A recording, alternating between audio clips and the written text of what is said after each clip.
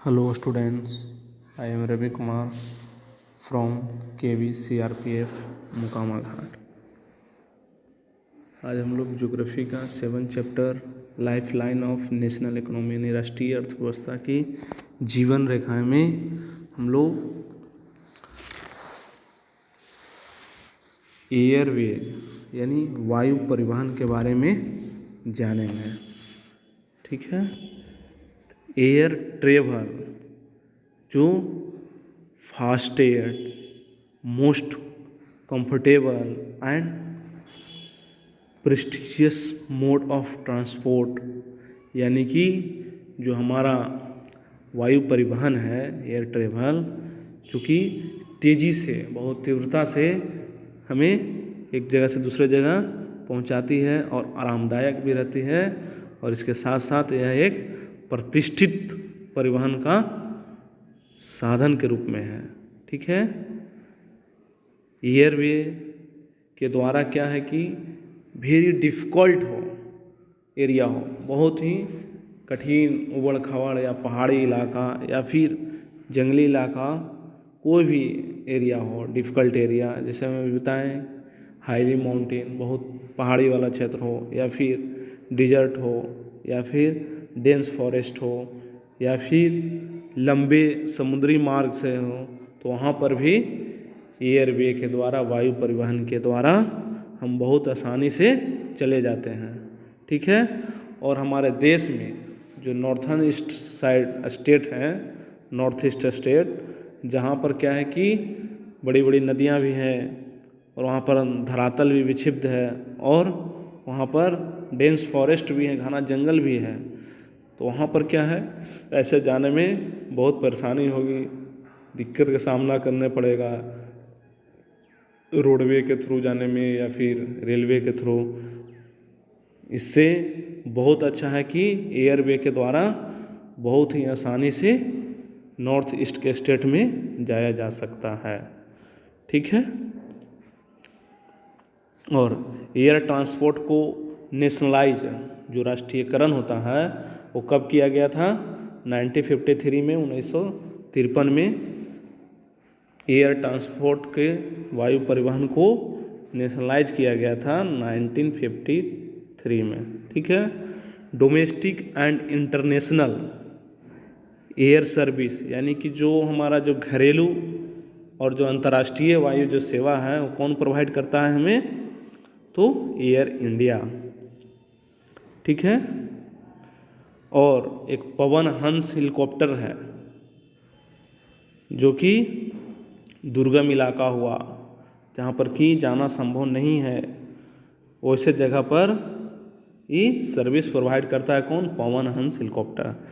जैसे एग्जांपल के तौर पर जम्मू कश्मीर में बहुत हिली एरिया है, वहाँ भी पवन हंस हेलीकॉप्टर के द्वारा हमें सर्विस प्रोवाइड करता है, या हिमाचल प्रदेश में या फिर उत्तराखंड में हमें सर्विस प्रोवाइड करता है कौन? पवन हंस हेलीकॉप्टर।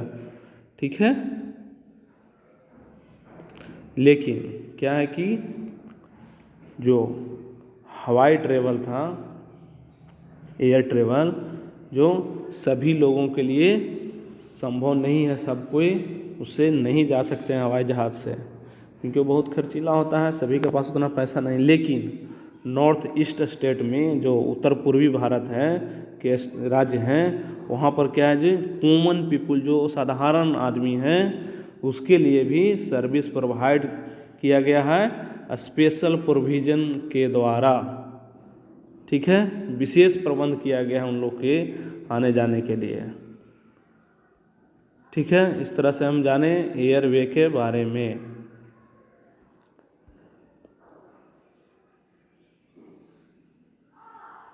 फिर आगे हम लोग जानेंगे कम्युनिकेशन के बारे में, संचार सेवाएं क्या है। तो कम्युनिकेशन के द्वारा क्या है कि लॉन्ग डिस्टेंस, बहुत दूरी पर भी आदमी यहाँ से विदेश भी है, तो विदाउट फिजिकल मूवमेंट के, माने बिना गए हुए ही उसके से कम्युनिकेटर या फिर रिसीवर जो भेजने वाला या फिर प्राप्त करने वाला जो मैसेज है वो बहुत आसानी से कम्युनिकेट हो जाता है। ठीक है, बिना जाए हुए, जैसे भी टेलीफोन है, तो टेलीफोन से बिना गए हुए ही हमें बातचीत हो जाती है, बिना फिजिकल मूवमेंट के। तो ये सब क्या है, कम्युनिकेशन के सोर्स हैं जो बढ़े हैं इसी से, ठीक है।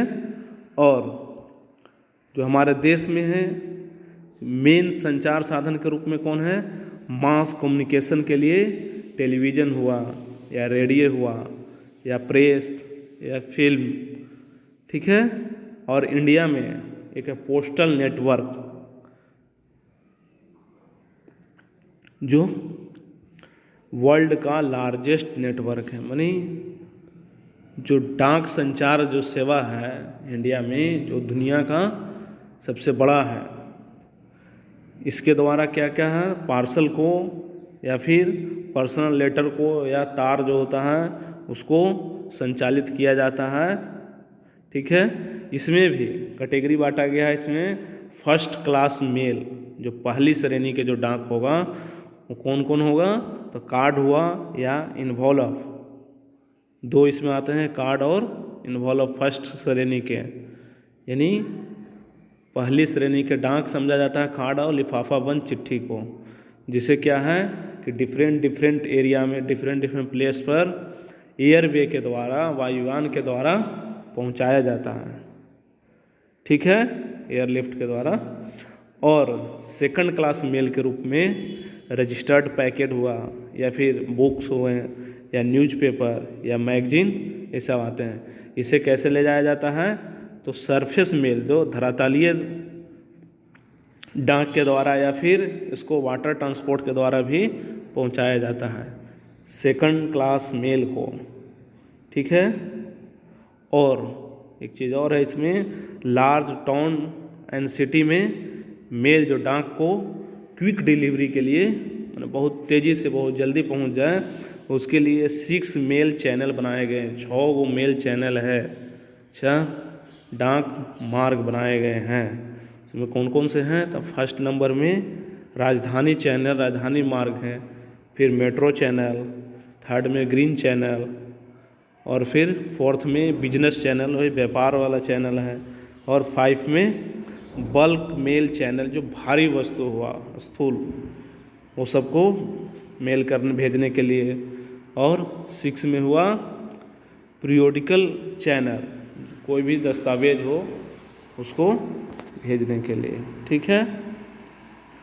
और चीज़ कि टेलीकॉम नेटवर्क में जो इंडिया है, जो एशिया में सबसे आगे है, माने अग्रणी है, फर्स्ट पोजीशन पर है टेलीकॉम नेटवर्क में, दूरसंचार के तंत्र के रूप में। तो इंडिया में अर्बन प्लेस के अलावा, जो शहरी क्षेत्र के अलावा भी 2/3 में, माने 2/3, 2/3 से भी अधिक विलेज में एसटीडी टेलीफोन की फैसिलिटी। आजकल तो एसटीडी क्या, आजकल हर एक जगह सभी के पास मोबाइल फ़ोन हो गया है, ठीक है।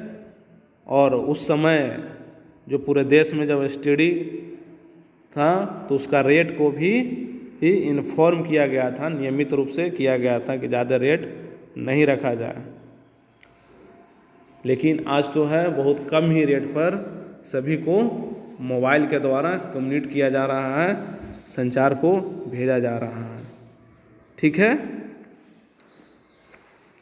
और ये सब जो पॉसिबल हुआ किससे, तो स्पेस टेक्नोलॉजी, जो अंतरिक्ष प्रौद्योगिकी और कम्युनिकेशन टेक्नोलॉजी के डेवलपमेंट से ही हो पाया है, ठीक है। इतना विकास हुआ अंतरिक्ष प्रौद्योगिकी और संचार से है। और मास कम्युनिकेशन के बारे में, जन संचार के द्वारा है, जो इंटरटेनमेंट के साथ साथ जो मनोरंजन, जो मनुष्य के लिए, मानव के लिए, हमन के लिए, साथ साथ क्या है, वो नेशनल प्रोग्राम जो होता है उसको दिखाता है, राष्ट्रीय कार्यक्रमों को, या फिर पॉलिसी जो बनता है उसके बारे में भी अवेयरनेस करता है हम लोग के, ठीक है, मास कम्युनिकेशन के द्वारा। और इंडिया में लगभग साल भर में, वर्ष भर में अनेक न्यूज़पेपर बहुत सारे और पत्रिकाएं पब्लिश किए जाते हैं, जिसमें न्यूज़पेपर लगभग 100 भाषा में 100 लैंग्वेज में पब्लिश किए जाते हैं। और हमारे देश में सबसे अधिक न्यूज़पेपर कौन से भाषा में पब्लिश किए जाते हैं? तो हिंदी भाषा में, फिर इसके बाद इंग्लिश भाषा में और फिर इसके बाद उर्दू लैंग्वेज में पब्लिश किए जाते हैं। और इंडिया में सबसे अधिक फिल्म भी यहाँ बनता है। सबसे ज़्यादा फिल्म दुनिया का बनने वाला देश है तो इंडिया है। वर्ल्ड में सबसे अधिक फिल्म बनता है इंडिया में। और इंडियन फिल्म या फिर जो फॉरेन फिल्म का है, जो प्रमाण देने का, सर्टिफिकेट देने का, प्रमाणित करने का राइट अधिकार किसको है? तो central board of film certification यानी केंद्रीय फिल्म प्रमाणन बोर्ड को है। वही जब तक ला इशू नहीं करेगा तब तक ला फिल्म रिलीज नहीं होगा। ठीक है, अब आगे एक और पॉइंट जानेंगे हम लोग इंटरनेशनल ट्रेड के बारे में। अंतर्राष्ट्रीय व्यापार है क्या? तो ट्रेड पहले है क्या? व्यापार, ट्रेड है जो स्टेट या फिर कंट्री के बीच में, राज्य के बीच में या फिर स्टेट के बीच में, स्टेट एंड कंट्री के बीच में गुड्स का एक्सचेंज, जो सामान होता है उसका आदान प्रदान करना कोई भी वस्तु का, वही ट्रेड कहलाता है या व्यापार कहलाता है। ठीक है, और ये गुड्स का जो एक्सचेंज होता है यानी व्यापार जो होता है, ट्रेड होता है, अगर वो दो देशों के बीच अगर होता हो तो उसे इंटरनेशनल ट्रेड कहते हैं, हमने अंतर्राष्ट्रीय व्यापार कहलाता है। ठीक है, और यह ट्रेड जो व्यापार होता है सी के थ्रू या एयर के थ्रू या फिर लैंड रूट्स के थ्रू हो सकता है। और एक चीज़ और इसमें है लोकल ट्रेड्स के बारे में। तो लोकल ट्रेड कहाँ होगा? सिटी में या टाउन में या विलेज में होता है। ठीक है, और फिर है स्टेट लेवल ट्रेड यानी कि राज्य स्तरीय व्यापार। तो राज्य स्तरीय व्यापार कहाँ होगा? 2 और मोर स्टेट यानी 2 या 2 से अधिक राज्यों के बीच होता है स्टेट लेवल ट्रेड। और एक चीज़ और है इसमें, किसी भी देश के इंटरनेशनल ट्रेड का डेवलपमेंट उसके इकोनॉमिक प्रोस्पेरिटी, जो आर्थिक वैभव है, का सूचक होता है।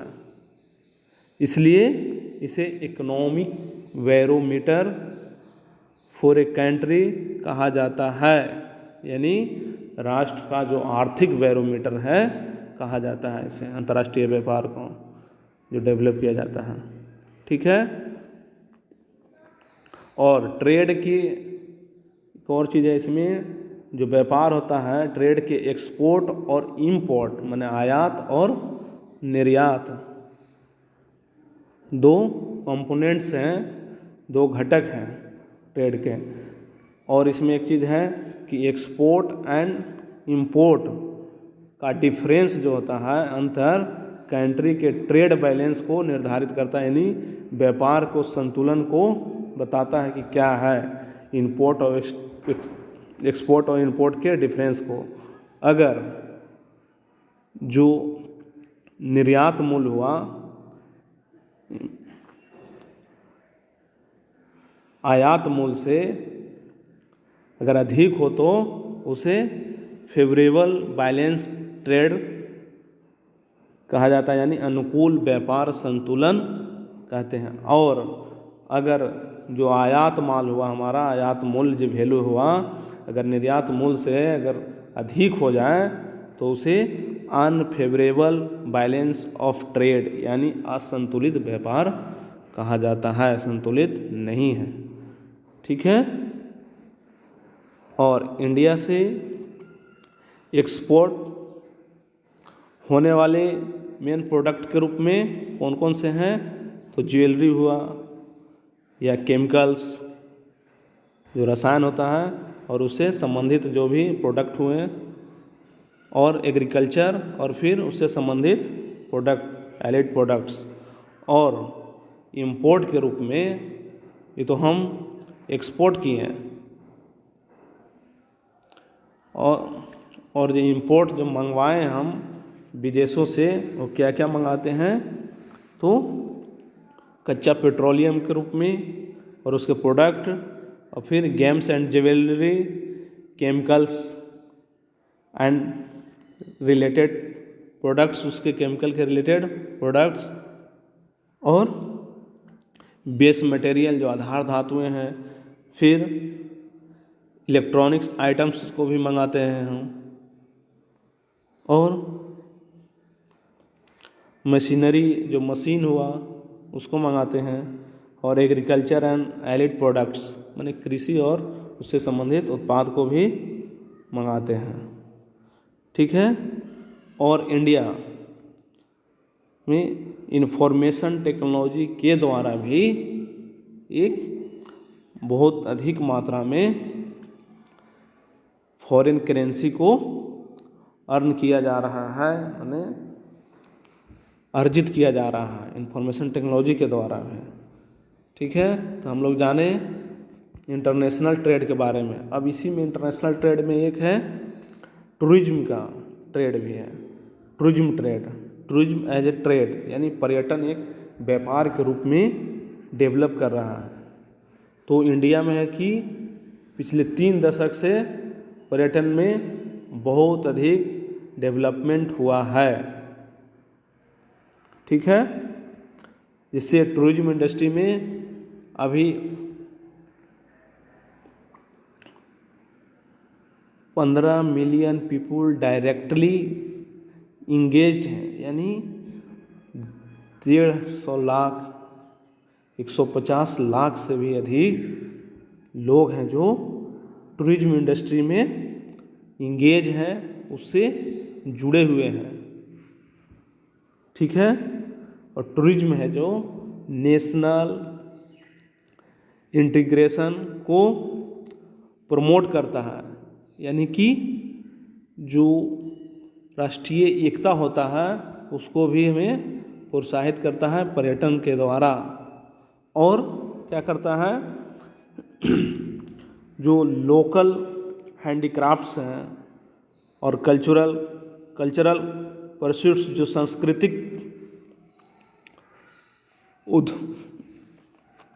उद्यमों हैं, उसका भी वो सपोर्ट करता है। और एक चीज़ और है इसमें, जो फॉरेन टूरिस्ट लोग हैं जो इंडिया में हेरिटेज टूरिज्म के लिए आते हैं, या फिर इको टूरिज्म के लिए, या एडवेंचर टूरिज्म के लिए, या फिर कल्चरल टूरिज्म के लिए, या फिर मेडिकल टूरिज्म के एंड बिजनेस टूरिज्म के लिए इंडिया में आते हैं। ठीक है। इसलिए क्या है कि हमारे देश में डिफरेंट एरिया में टूरिज्म इंडस्ट्री को डेवलप करने के लिए अपार संभावनाएं हैं। यहाँ बहुत अधिक संभावना है कि बढ़ सकता है। इसलिए क्या है कि टूरिज्म इंडस्ट्री के डेवलपमेंट में डिफरेंट टाइप के टूरिज्म को बढ़ावा देने के प्रयास किया जा रहा है, ताकि ज़्यादा से ज़्यादा टूरिज्म इंडस्ट्री को बढ़ाया जा सके। ठीक है। हम लोग जान गए टूरिज्म इंडस्ट्री के बारे में। ओके।